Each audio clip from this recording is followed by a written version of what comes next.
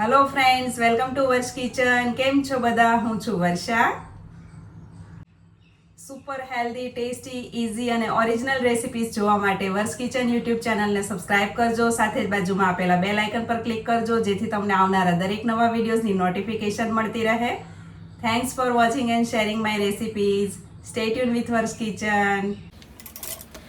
આજે આપણે ખૂબ જ સ્વાદિષ્ટ, પૌષ્ટિક, સ્વાદ અને સેહતથી ભરપૂર એવા થેપલા બનાવી રહ્યા છીએ, જે એકદમ નવી રીત છે. તો તેના માટે મેં એકદમ 2 જાડી, તાજી અને મોટી એવી સરગવાની સિંગ ધોઈને લીધી છે અને તેના વચ્ચેથી આ રીતે કટ પાડી દેવાના છે. મોટી મોટી સમારી લેવાની છે મોટા ટુકડામાં. દરવાળી જાડી મોટી સરગવાની સિંગનો ઉપયોગ કરશો તો તેનો દર બહુ સરસ નીકળશે બફાયા પછી.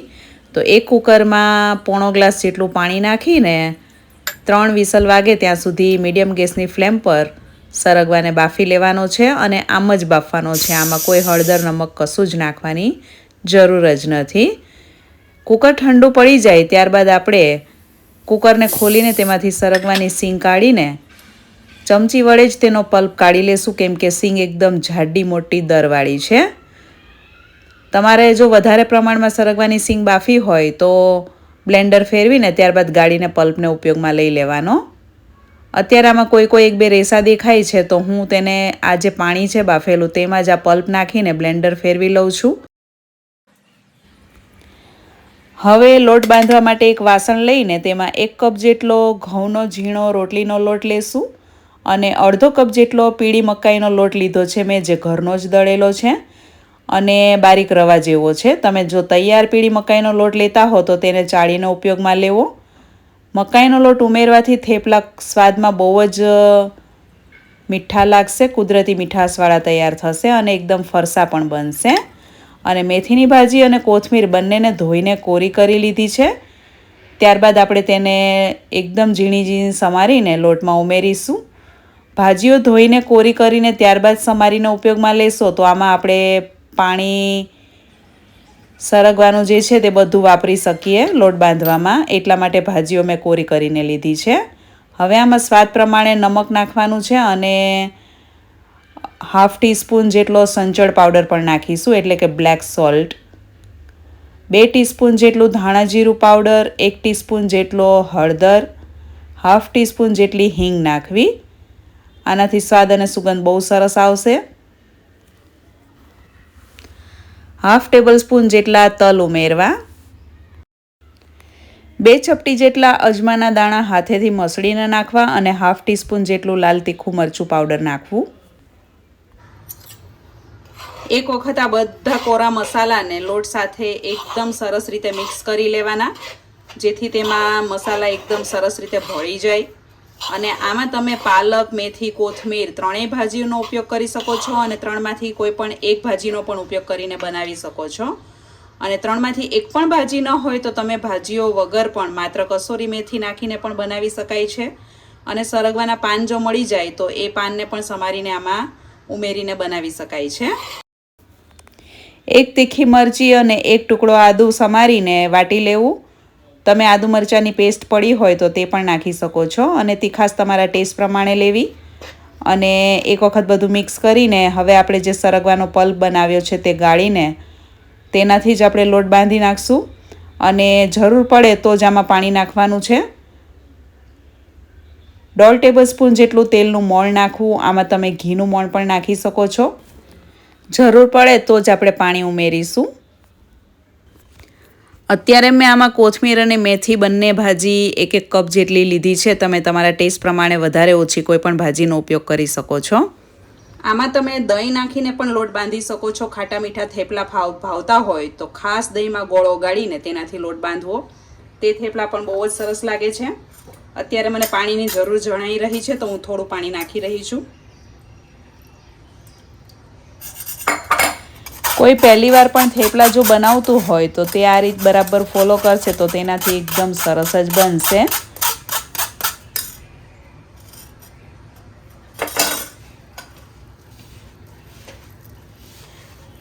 ભાજીઓ તમે ધોઈને તરત ઉપયોગ કરતા હશો તો સરગવાના પલ્પથી લોટ બંધાઈ જશે, કેમ કે ભાજીમાં પાણી હોય જ છે. તો તમારે એક્સ્ટ્રા પાણી નાખવાની બિલકુલ જરૂર નહીં પડે. જરા પાણીની જરૂર પડે તો નાખીને રોટલીની જે કણક હોય તેના કરતાં જરા કડક એવો લોટ બાંધવાનો, થોડો સોફ્ટ, મીડિયમ સોફ્ટ લોટ બાંધવાનો, કેમ કે આમાં આપણે મકાઈનો લોટ પણ નાખ્યો છે.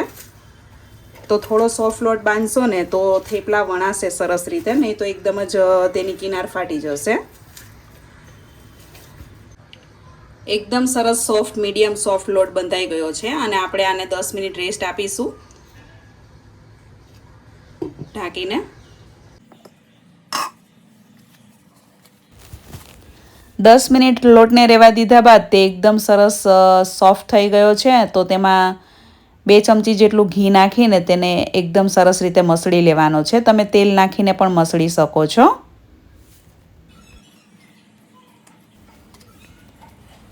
હવે આપણે એક સરખા તેના લુવા બનાવી લેશું અને નાના મોટા તમારે જે પ્રમાણે થેપલા બનાવવા હોય તેટલા લુવા એ પ્રમાણે બનાવવા. મીડિયમ સાઇઝના 15થી 17 નંગ જેટલા થેપલા બનશે અને નાની સાઇઝના 20 જેટલા થેપલા તૈયાર થશે. અત્યારે તવી એકદમ સરસ તપી ગઈ છે તો હું ગેસની ફ્લેમ એકદમ ધીમી કરીને ત્યારબાદ હવે થેપલા વણવાની શરૂઆત કરું છું. રોટલીનો ઘઉંનો લોટ જે હોય છે તે જ અટામણ લેવું અને અટામણ બહુ ઓછું લેવું પડશે. લોખંડની તવીમાં થેપલા શેકશો તો તે થેપલા સ્વાદમાં બહુ સરસ એવા તૈયાર થશે. અને ગેસની ફ્લેમ અત્યારે મેં ધીમાથી મધ્યમ રાખી છે. એક સાઈડ સરસ શેકાઈ જાય ત્યારબાદ તેને પલટાવીને ત્યારબાદ જ તેમાં તેલ લગાડવું. તો આ રીતે તવેથા વડે તેલ નાખતું જવાનું અને શેકતું જવાનું છે. બહુ ઇઝીલી શેકાઈ જશે ને આપણે પતલા થેપલા રાખ્યા છે એટલે ફટાફટ શેકાશે. અને ગેસની ફ્લેમ મેં અત્યારે ધીમી જ રાખી છે, ધીમાથી થોડી વધારે રાખી છે એટલે એકદમ સરસ શેકાઈ, ડિઝાઇન સરસ પડે. જુઓ તમે કેટલી સરસ ડિઝાઇન પડી છે. અને આને તવેથાથી દબાવીને નહીં શેકવાના. એ રીતે જો તમે પ્રેસ કરીને શેકશો ને તો પણ એ થેપલા ચવડ થઈ જશે. તો એની જાતે જ ડિઝાઇન પડે એવા થેપલા એ રીતે જો શેકશો ને તો એ થેપલા બિલકુલ સોફ્ટ બનશે અને ફરસા તૈયાર થશે, બિલકુલ ચવડ નહીં થાય. જુઓ તમે કેટલું સરસ શેકાઈ ગયું છે. અને થેપલા જેમ જેમ શેકાતા રહે તેને આ રીતના એક કાણાવાળી જે પ્લેટ હોય એની ઉપર મૂકતા જવાનું, એટલે નીચેથી ગરમ વરાળ નીકળતી જશે ને એટલે થેપલામાં પરસેવો નહીં વળે અને એ થેપલા ભીના નહીં રહે. રાખી અને બહુ ધીમી પણ નથી રાખી. આ રીતની ફ્લેમ રાખીને થેપલા શેકશો તો એ થેપલા એકદમ ફરસા સોફ્ટ તૈયાર થશે. અને તવેથાથી બિલકુલ પ્રેસ કરીને નથી શેકવાના. આ ખાસ ટિપ્સ છે. જો તમે આ રીતે તવેથાથી દબાવીને શેકો ને તો એ થેપલા ચવડ થઈ જતા હોય છે. આ એની જાતે જ જે આ ડિઝાઇન પડે છે ગુલાબી બ્રાઉન કલરની, એને કારણે જ થેપલા એકદમ સોફ્ટ થાય છે. તમે જો આ રીતે તવેથાથી ઘણા લોકો પ્રેસ કરીને શેકતા હોય છે તો એવા થેપલા એકદમ ગરમ ઉતરીને ખાવાના હોય ને તો જ મજા આવે છે. ઠંડા થયા બાદ એ થેપલા એકદમ ચવડ થઈ જતા હોય છે. આ એની જાતે જ જુઓ તમે ડિઝાઇન એકદમ સરસ પડી રહી છે. આપણે એને બિલકુલ તવેથાથી પ્રેસ નથી કર્યું. અને આ થેપલા ખાવામાં ઠંડા થયા પછી પણ એકદમ સોફ્ટ લાગશે, બિલકુલ ચવડ નહીં થાય.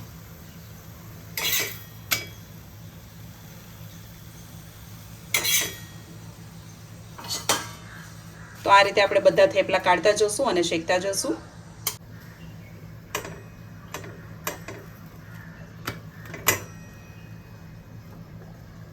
અને આમાં આપણે મકાઈનો લોટ ઉમેર્યો છે એટલે થેપલામાં તરત જ આ રીતની લાલ દાજ પડી જશે. એટલે ગેસની ફ્લેમ ધીમીથી મધ્યમ રાખવી ખૂબ જ જરૂરી છે. મધ્યમથી વધારે ફ્લેમ નહીં જ રાખવાની, નહીં તો થેપલા એકદમ કાળા દાજી જશે. અને આ રીતે એક બાજુ શેકાય ત્યારબાદ જ તેલ લગાવીને પલટાવીને બીજી સાઈડ તેલ લગાડવાનું, એટલે એકદમ સરસ રીતે શેકાય અને એકદમ સરસ ડિઝાઇન પડશે. આ રીતે હળવા હાથે તવેથાથી તેલ ફેલાવી દેવાનું અને એકદમ ઓછા તેલમાં શેકવા પડશે. તમારે વધારે પડતું તેલ પણ નહીં નાખવું પડે.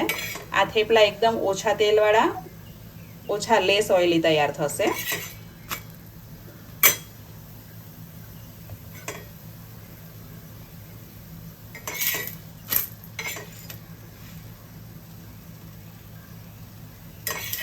40 સેકન્ડ જેટલો સમય લાગશે આ થેપલાને શેકાતા, કેમ કે એકદમ પતલા વણેલા છે.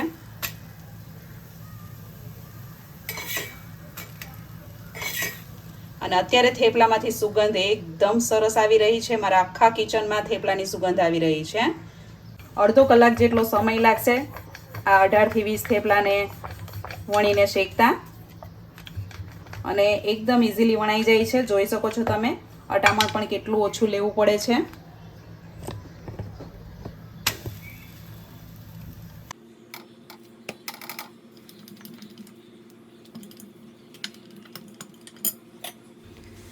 તમે માત્ર ઘઉંના લોટના થેપલા બનાવશો તો પણ તે એકદમ સોફ્ટ જ તૈયાર થશે અને મકાઈના લોટને કારણે થેપલાની મીઠાશ વધી જાય છે.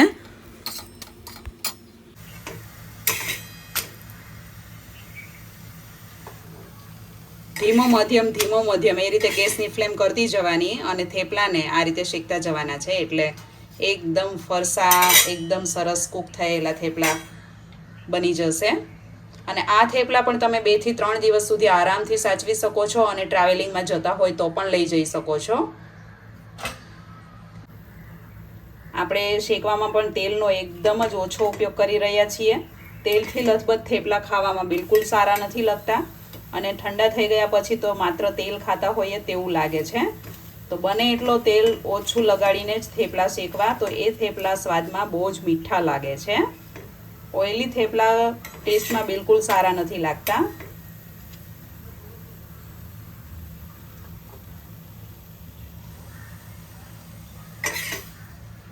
જુઓ કેવી સરસ ડિઝાઇન પડી ગઈ છે.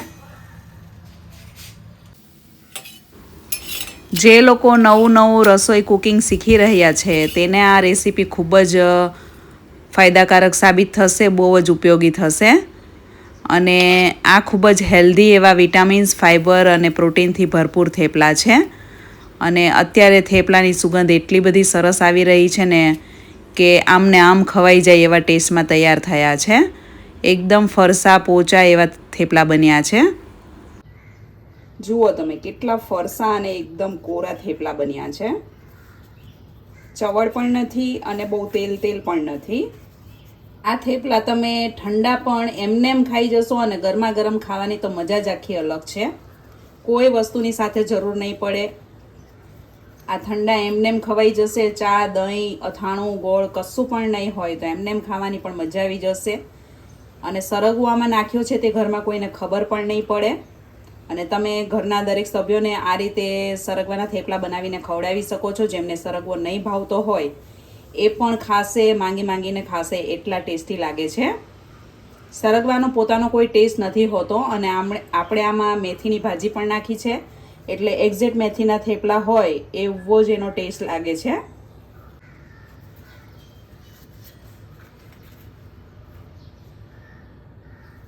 જુઓ તમે કેટલા સોફ્ટ થેપલા બન્યા છે અને બિલકુલ ઓઇલી પણ નથી.